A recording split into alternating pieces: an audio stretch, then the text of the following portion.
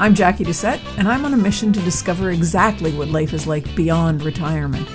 Join me while I chat with people who've already done it, who've retired to something rather than from something. Let's find out together exactly what's waiting for us when we say goodbye to that 9 to 5. Hi, everyone. Welcome to another episode of Beyond Retirement. Today, I'm pleased to be joined by Barbara Sloan. Barbara is a financial educator and the author of her first book, Tipped, the life-changing guide to financial freedom for waitresses, bartenders, strippers, and all other service industry professionals. Barbara, thanks for joining me today. Jackie, thank you so much for having me. This is going to be a fun conversation. I think it is too. The way I usually start things off is by getting my guests to talk a little bit about themselves, where they started out and how they ended up doing what they're doing now. So can you tell us a little bit about you? Yeah, I'm sure to no surprise after hearing that book intro, I have spent 20 years working in the service industry. So it started sort of in my teens in high school. I'm not sure if listeners are familiar, but I used to work at an A&W, which is like a hot dog and root beer, roller skating waitress type establishment. I was also a paper girl, so I got tips through that. And then I really went full force into the industry when I was 19, 20, started waitressing, bartending, doing a lot of private events, dancing. I was a go-go dancer, a pole dancer, but a lot of bartending, a lot of waitressing. And I did that for 20 years in tandem with a career in construction. And so, yeah, those have been my primary careers. And now I am living in New York City and mostly working. I own a construction company today. That's how most people know me, but I also do financial coaching for people in the service industry. How I found your podcast was I have been coaching people in the service industry for a few years, and I wrote my book on financial freedom. And a lot of what I was talking about was lifestyle design and how people could build their lives of, the lives of their dreams while in these career paths and in these industries that are not known for being careers and not known for being long-term jobs. And I remember being in a college class and my professor was telling me that the happiest profession in the world was hairstylist. And I remember asking why, and they said, you get to see the beginning and end of a creative process every single day. You get to meet new people and have social engagement every day. You get to build relationships with the people that you're surrounding yourself with. You can take this mastery anywhere in the world. So you're location independent. I just remember thinking like, there's a lot of that goes into majority of the positions in the service industry. And I think that when I think about people who are either approaching early retirement or traditional retirement, those are a lot of things that they can add to a life well lived and a life that they want to continue to live well. That's so true. And if you asked anyone, they wouldn't say that that's the kind of job that they want. That's the kind of career they want to have. But it's so true because you can literally do it anywhere and you're part of something big all the time. Yeah, I think when I'm a part of the financial independence community, and when FI started to make its way out into beyond the finance tech bros, we started to get a lot more language like, barista-fi. And when people talk about barista-fi, which it basically means that you have enough money to retire on, but that you continue to work a job like being a barista because that little bit of cash flow and or benefits aid you in being able to stay retired and help you in that. And I thought a lot about that. And I think that this industry works really well for people who are approaching retirement or in retirement because of the fact that you can get so much flexibility out of these roles. You can, help out other businesses in your community. Let's say that they have a slower lunch shift, right? Maybe you are somebody who has afternoons available and you're like, I don't mind a slow shift. I don't mind, not being rushed around, even if that means making less money, but then you're getting to help out a community member. You're getting to engage with other people in your community. You're getting to make a little bit of income, cash, which is flexible, and you're getting out of the house and to do something. You're serving your community. you are getting to be that smile that so many people need in a day. I think a lot of our communities are starved for connection, especially after the pandemic. And this is where we get our connection, whether it's, driving a taxi or doing hair, or, even if you're just washing somebody's hair, helping out at a salon, or if you're working a lunch shift at a diner. I think these are really important positions that lend themselves to people who are entering and in retirement. So what you're suggesting, what you're suggesting is someone who is perhaps already heading towards retirement, maybe comfortable, but looking for something a little bit different, something to keep them in the community and keep them socialized. They could look for this type of a job that doesn't put a big tax on their life or on their lifestyle, but it gives them something back. Yeah, I think what's great about the service industry and gig work in general is that you get to leave it all on the shift. Whatever happened on the shift, you're not taking home the worries of, oh, what's on my plate for tomorrow, which I think a lot of people who are leaving the corporate world are really excited about leaving behind. They're excited about leaving behind those anxieties and those stressors and that worry and that weight. And, you may not be ready to just sit in your house and only talk to your kids or your grandkids or your neighbors. You might want a little more, variety in your social engagement. And I think this industry is perfect and ripe for people who want to change it up. And maybe there is a need for a little bit of income. I was mentioning I belong to the financial independence space. I go to a lot of meetups, and when we nerd out and all of the technical side of planning for retirement, one of the things we talk about is sequence of return risks, which basically is the first 5 years of your retirement is the most important time for you to pay attention to your funds, because that is when you're determining if your allocated resources will last you your retirement. A downturn in the market in early retirement can mean disaster for a lot of people in retirement. And so if you're able to not pull from your retirement buckets by having a part-time job or, doing something in the service industry to help you with your daily life expenses, it's an added benefit for a lot of people in retirement, and they are able to protect themselves from those downturns.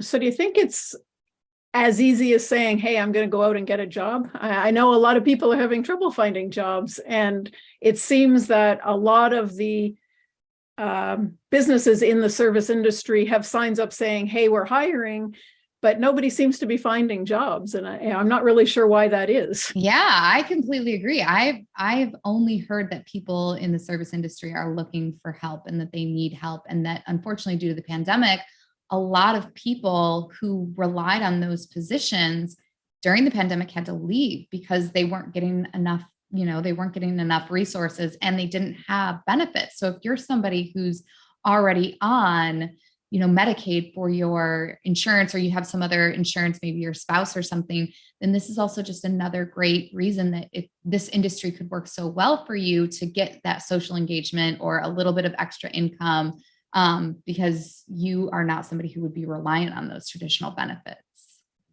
I think that's probably a key point in the way that they're looking for people now. They're looking for people who are willing to not take benefits. And you're right, a retiree or someone who is aiming that way wouldn't have to worry about that, perhaps. Yeah. If that's your case, then I highly encourage it. And I think for people who are transitioning out of corporate America, one of the hard things may be, how do I get one of these jobs? How do I go about approaching this industry? I know nothing about it. It looks very physical. And I'll say that for a lot of people, it is a very physically demanding job when you're working at 50, 60 hours a week. But if you are either post-fi, early retirement, or, pushing your traditional retirement, you may not have to work 50 to 60 hours a week. Our bodies love to move. And so maybe if you're only doing 1 or 2 shifts a week, that is the appropriate amount of movement for your body at that time. And so I would say, give it a try. Not all establishments are lifting big trays and carrying pitchers of beer. And, some establishments are a lot less intense in that regard. And I would say, go to places in your community, have lunch somewhere, take a look around. Like, what would it look like for me to be a waitress or a bartender? Like, I think this is the time for people to explore different avenues. I know so many people are like, oh my gosh, I always wanted to be a bartender. That would have been so much fun to like tell all of my wild and fun stories every single day, to make people laugh, to tell funny, strange dad jokes. I mean, it's a really enjoyable job when you have the bandwidth to enjoy that engagement and enjoy bringing the energy of an establishment up with you, when you're not having to worry about things like, maybe your rent or, the troubles of another job or daycare or other things. Yeah. Or the bottom line of the business, because it's not yours.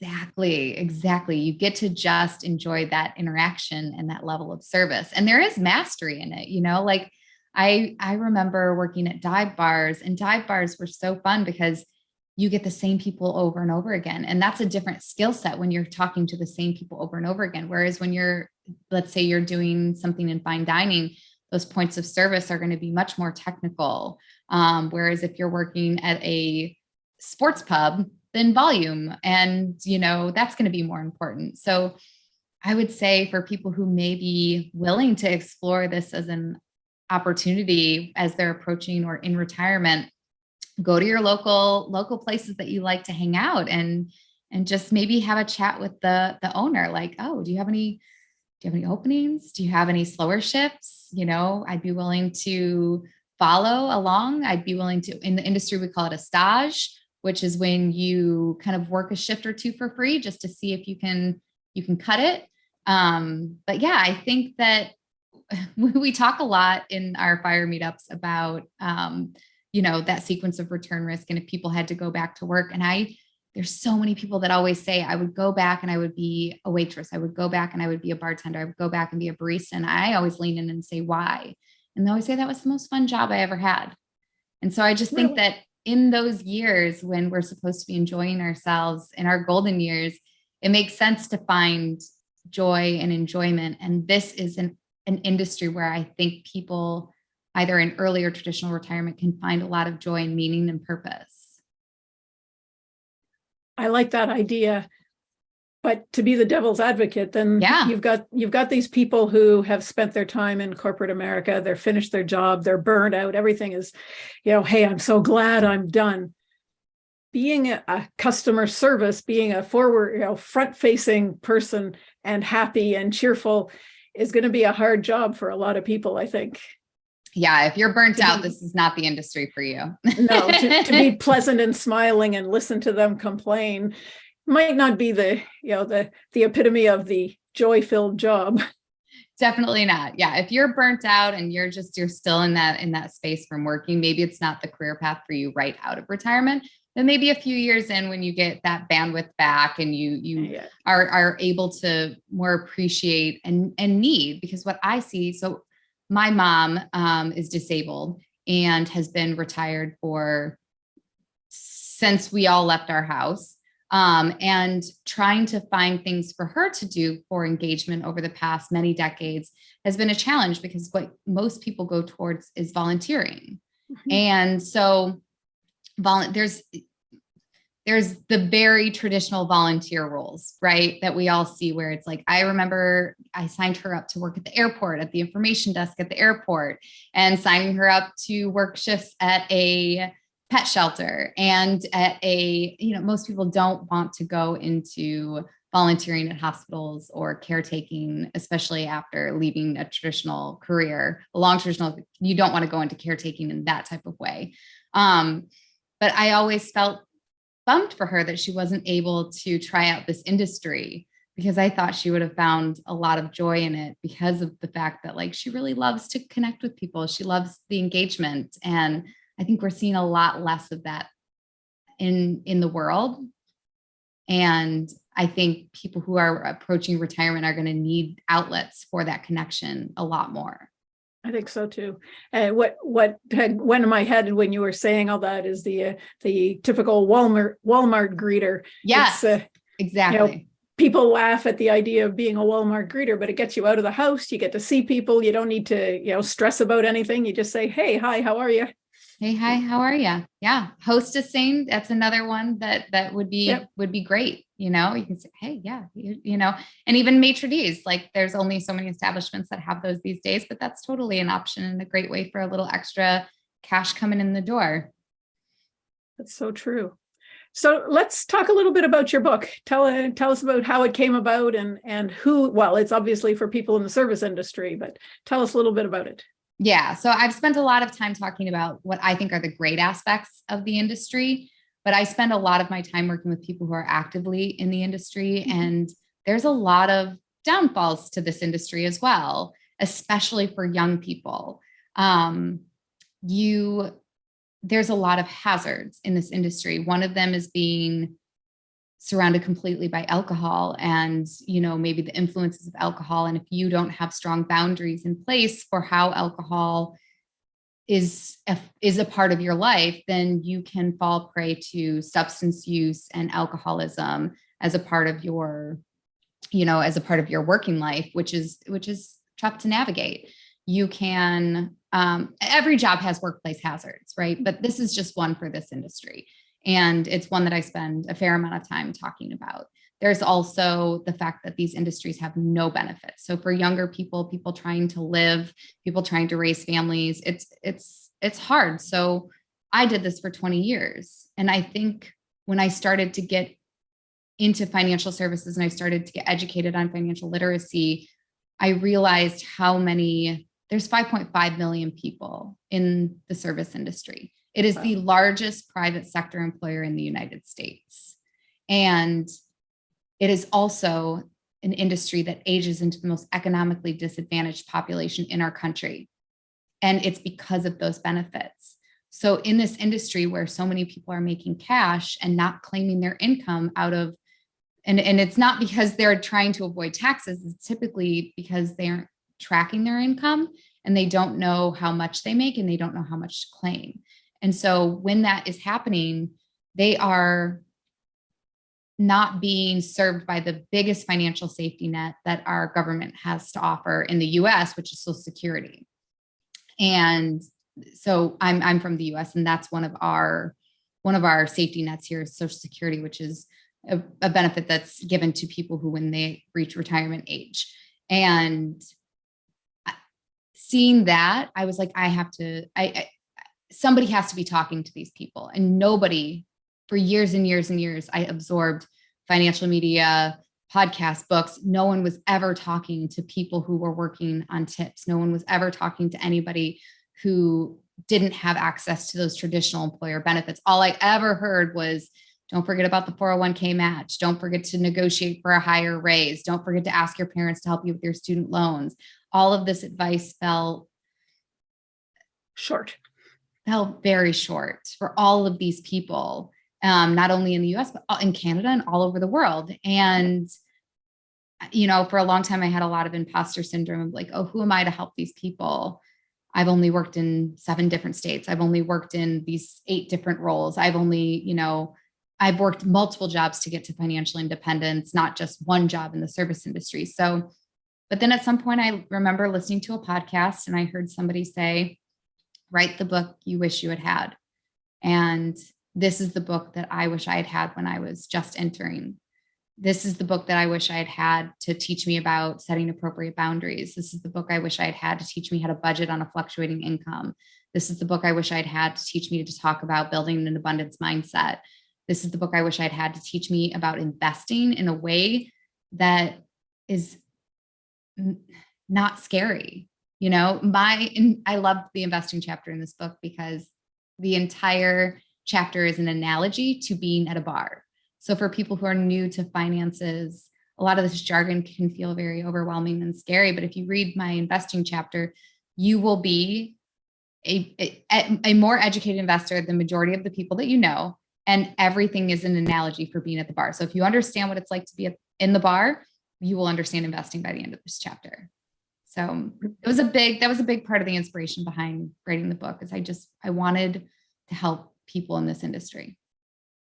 I think you're right. It's so important when you don't have any sort of benefits, any kind of future plan, to have something to guide you along the way, or you'll end up having worked for 40 years in your industry and have nothing to show for it. And that's scary.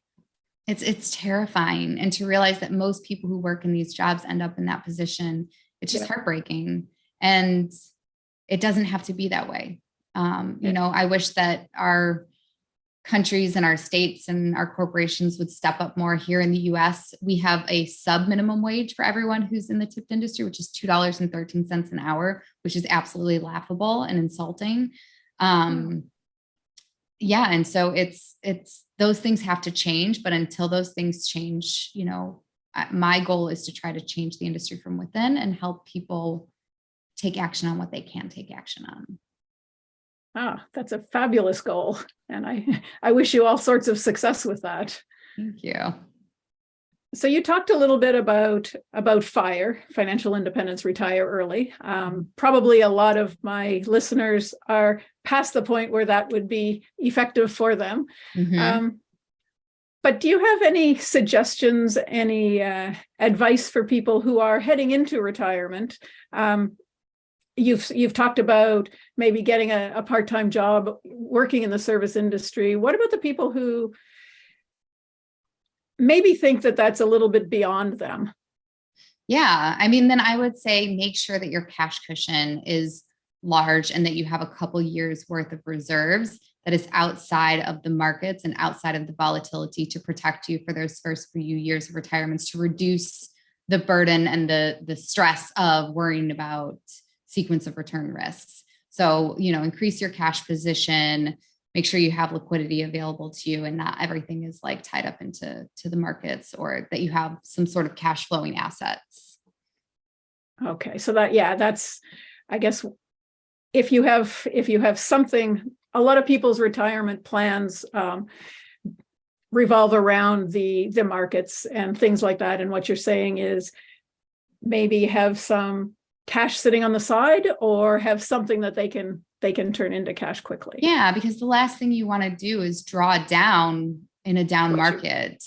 And so creating a larger cash position or cash flowing position, whether that's real estate or you know, whatever assets you have that can cash flow, is very helpful for those first few years. So if you think working is not for you, if you think that, you know, the part-time job is just not for you, really buff up your cash position, and that will help you weather those first few years of any storms in the market. So find some way to bring in something so that you're not pulling from your reserves at the beginning of your retirement. Exactly. And if it's not the service industry, there's a lot of other great ways. You know, I think what's interesting is seeing so much of this gig economy expand with like even the dog walking and dog sitting. I see so many people need pet sitting services. You and I were talking about pets before we jumped on. So many people have pets, and it's definitely one of those things that can provide you a lot of joy. Just, you know, even opening up your home for a holiday. If you have family coming home for a holiday and you know there's going to be a lot of people around, like, oh my gosh, you could make a few $100s just hosting somebody else's pet during your actual holidays. No change to your day-to-day routine. So I think we're entering a world with a lot of really creative ways to make money. And I'm all here for that gig style. That's wonderful. I like that idea because that's something I do. I don't bring the animals into my home, but I go to other people's homes. I think that's a wonderful retirement gig. Yeah. It's gas money, right? It's gas money for the RV, or it's, you know, it's hotel money for a trip. It's wonderful. Plus you're getting to see pets. So I think it keeps you sharp when you're looking to optimize still in a lot of ways, right? Like you're trying to gamify it and figure out other ways to bring in money and to support, you know. And so there's, in the US here, you get a larger benefit the longer you wait to start pulling it. And so is the CPP very similar?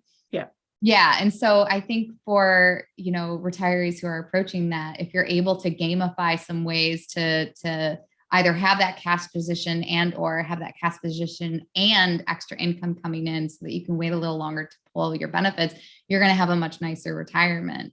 And so I love the gig economy. I love the service industry because of the flexibility that it provides, you know, retirees going into, it gives them a lot of optionality. Exactly.